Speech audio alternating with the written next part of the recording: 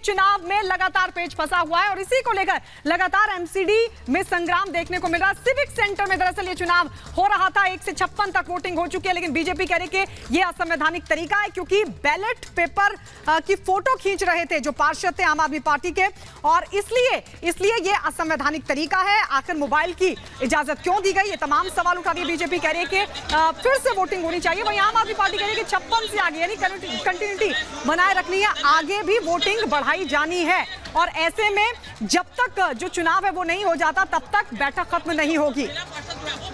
और लगातार ग्राउंड पर हमारे दो सहयोगी हमारे साथ बने हुए हैं, हमारे साथ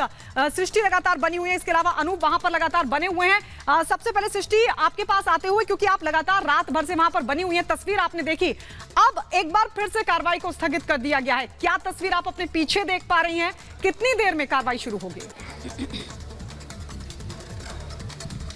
बिल्कुल गायत्री, देखिए 1 घंटे के लिए दोबारा से कार्रवाई को स्थगित किया गया था। तस्वीर जस की तस बनी हुई है, जैसा आप देख रही हैं। थोड़ी देर पर नारेबाजी होती है, थोड़ी देर पर हंगामा शुरू होता है और तमाम जो पार्षद हैं, जाहिर तस्वीरें हालात यहाँ पर आप देखिए कुछ अपनी अपनी जगह पर लेट भी गए हैं क्योंकि पूरी रात का समय जो है एक लंबा समय है जो यहाँ पर बीता और अब 1 घंटे का यहाँ शेड्यूल टाइम दिया जाता है कि 1 घंटे के लिए स्थगित किया गया, लेकिन कार्रवाई लगभग 1.5 से 2 घंटे के बाद शुरू होती है। अब ये देखना होगा कि क्या इस बार 1 घंटे के बाद कार्रवाई शुरू हो जाएगी और अब से ज्यादा से ज्यादा आधे घंटे 40 मिनट के बाद जो है माना जा रहा है कि कार्रवाई शुरू होगी अगर समय से मेयर यहां पर पहुंची तो। लेकिन अब आगे क्या होगा, क्योंकि यही प्रोसेस आपने रात के 11 बजे के बाद से कई बार देख लिया कि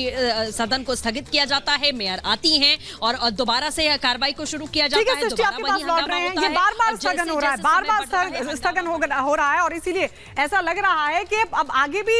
इसी तरह के हालात हो सकता है कि बने जब रात भर बने हैं। अनूप, आपको क्या लग रहा है, क्योंकि 5वीं बार स्थगित हो गई है कार्रवाई, अब जब शुरू होगी ऐसा लग नहीं रहा है जो आचरण इस वक्त सदन में देखने को मिल रहा है कि चुनाव होगा? गायत्री, ये शुरुआत है, आप जरा समझिए सदन की शुरुआत अगर ऐसे होगी तो आने वाले जो 38 दिन है वो कैसे होंगे, कितना हंगामेदार होगा, आप समझ सकते हैं इस बात को। और सबसे बड़ी बात जो आप 5 या 6 बार की बात कह रहे हैं, ये कहना आसान है कि 5-6 बार स्थगित हुआ, लेकिन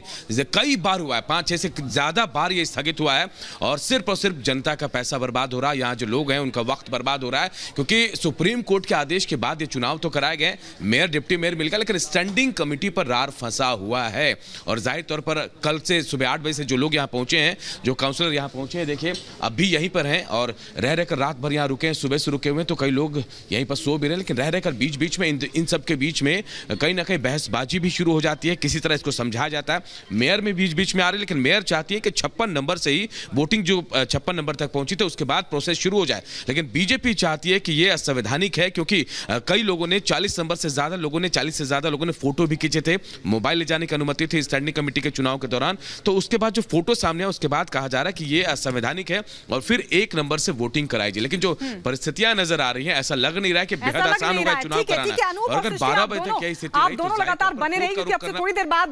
देर बाद एक बार फिर से कार्रवाई शुरू होगी। क्या अपडेट रहेगा, क्या तस्वीर सदन में रहेगी, ये सृष्टि और अनूप लगातार आप तक पहुंचाते रहेंगे, दर्शकों तक पहुंचाते रहेंगे। और आइए